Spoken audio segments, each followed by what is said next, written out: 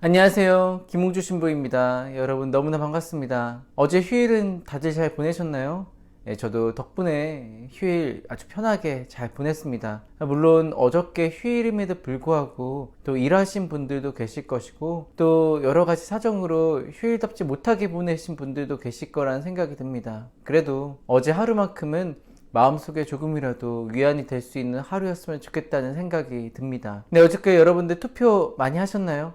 저도 어저께 투표했습니다. 어제 아침 식사하고 제가 함께 살고 있는 신부님들과 함께 투표소에 가서 투표를 하고 왔습니다. 게다가 다행히 저는 제가 살고 있는 곳과 투표소가 매우 가깝게 있어서 천천히 걸어갔다가 왔습니다. 그런데 어저께 매우 놀라운 경험을 하나 했었는데 여러분들과 좀 나눠보고 싶습니다. 어제 투표를 아침 9시 정도에 하고 이제 숙소에 다시 들어왔습니다. 그리고 오전에는 그냥 좀 편하게 인터넷도 하고 TV도 하면서 이렇게 있었는데 웬 모르는 번호로 저에게 전화가 한 통 오는 것이었어요. 그래서 뭔 일이지 하고 전화를 받았습니다. 게다가 휴일이었기 때문에 좀 의아했죠. 그래서 전화를 받았는데 대뜸 저한테 혹시 해화동 제3투표소에서 지갑 놓고 가지 않으셨냐고 그러는 것이었습니다.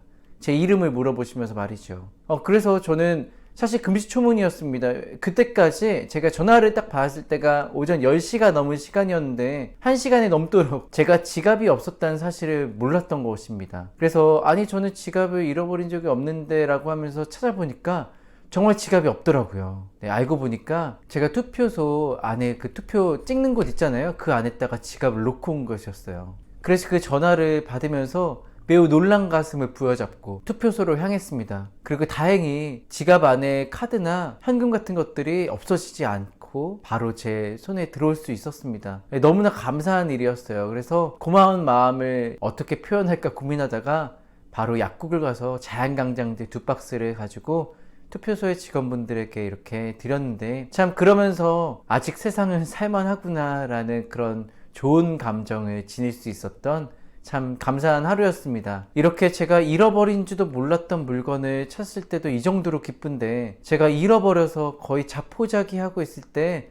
그 물건 되찾게 된다면 얼마나 기쁠까요? 실제로 저도 그런 경험들을 종종 해봤기 때문에 얼마나 마음이 기쁘고 행복한지 저도 가늠이 됩니다. 여러분들도 좀 그러시죠? 이렇게 우리가 다 포기하고 있을 때 갑자기 우리가 예상치 못한 좋은 일들이 생기면 그냥 그만큼 기쁜 일이 없습니다. 오늘 복음에서 제자들이 딱 그랬을 것입니다. 제자들은 예수님께서 돌아가신 줄만 알고 다 자포자기하고 있었을 때 그 한가운데 예수님께서 나타나십니다. 그리고 그들에게 평화를 빌어주시오. 처음에 제자들은 예수님을 보면서 유령이다라고 그렇게 잘못 알아보지만 이윽고 그들의 마음은 기쁨으로 가득 차게 됩니다. 왜냐하면 그들은 모든 것이 다 끝났다고 생각했었기 때문입니다. 다 포기하고 있었던 상황에서 예수님을 만나게 된 것입니다. 부활하신 예수님을 말입니다. 그래서 그들은 절망에서 희망으로 완전히 변화하게 됩니다. 예수님의 부활이라는 것이 그렇습니다. 절망의 우리를 희망의 저편으로 다시 일으켜 세워주는 그러한 의미가 있습니다. 그래서 부활하신 예수 그리스도를 영어로 하면 Risen Christ라고 하는 것이죠. 바로 우리를 일으켜 세워주시는 것입니다. 부활하신 예수 그리스도께서 말입니다. 그렇기 때문에 이 부활의 시기는 우리가 절망에서 희망으로 넘어가는 매우 중요한 시기라고 할 수가 있습니다. 또한 과거에 우리가 뭔가 잘못된 부분이 있다 하더라도 거기서 그냥 좌절하고 넘어지는 것이 아니라 부활하신 예수 그리스도의 은총에 힘입어서 다시 내가 일어날 수 있는 겁니다. 그리고 희망을 향해 나아갈 수 있는 것이죠. 그것이 바로 부활의 의미입니다. 우리도 그렇게 살아갔으면 좋겠습니다. 지금 우리가 부활 시기의 한가운데에 있는데 과거의 모습에서 그냥 얽매여 있는 것이 아니라 우리가 아무리 잘못된 모습이 있었다 하더라도 하느님 앞에서 깊이 뉘우치고 또 다시는 죄를 짓지 않겠다는 다짐을 하면서 그렇게 보다 새로운 모습으로 거룩하게 변화되어 하느님께 더 가까이 나아갈 수 있는 우리가 될 수 있었으면 좋겠습니다. 특별히 오늘은 4월 16일입니다. 여러분들께서 다들 잘 알고 계시는 그 마음 아픈 날입니다. 2014년 4월 16일 그 날은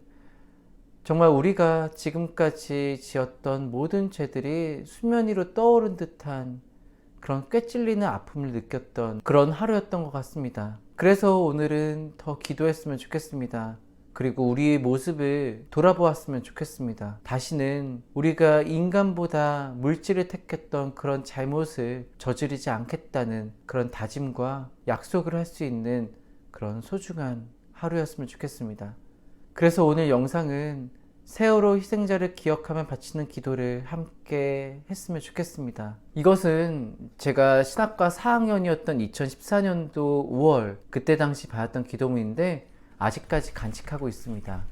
당시도 교구장님이셨던 염수정 안드레아 추기형께서 인준하신 기도문인데 영상 끝에 함께 이 기도를 바쳤으면 좋겠습니다. 제가 영상에 기도문 띄워드릴 테니까 여러분들도 함께 했으면 하는 바람입니다. 성부와 성자 성령의 이름으로 아멘.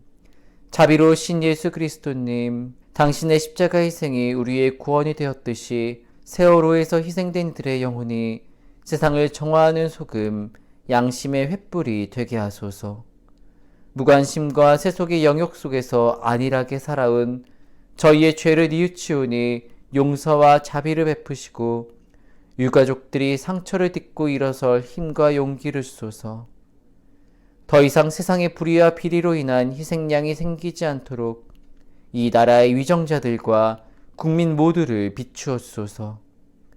우리에게 시대의 징표를 알아볼 수 있는 신앙의 눈을 밝혀주시고 고통당하는 이웃을 적극적으로 도우며 하느님의 뜻을 귀담아 듣게 하소서.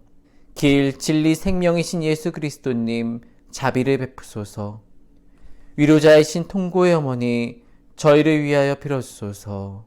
아멘. 성부와 성자 성령의 이름으로 아멘. 하느님의 사랑과 그리스도의 은총이 가득한 하루 되시기를 희망합니다. 아멘.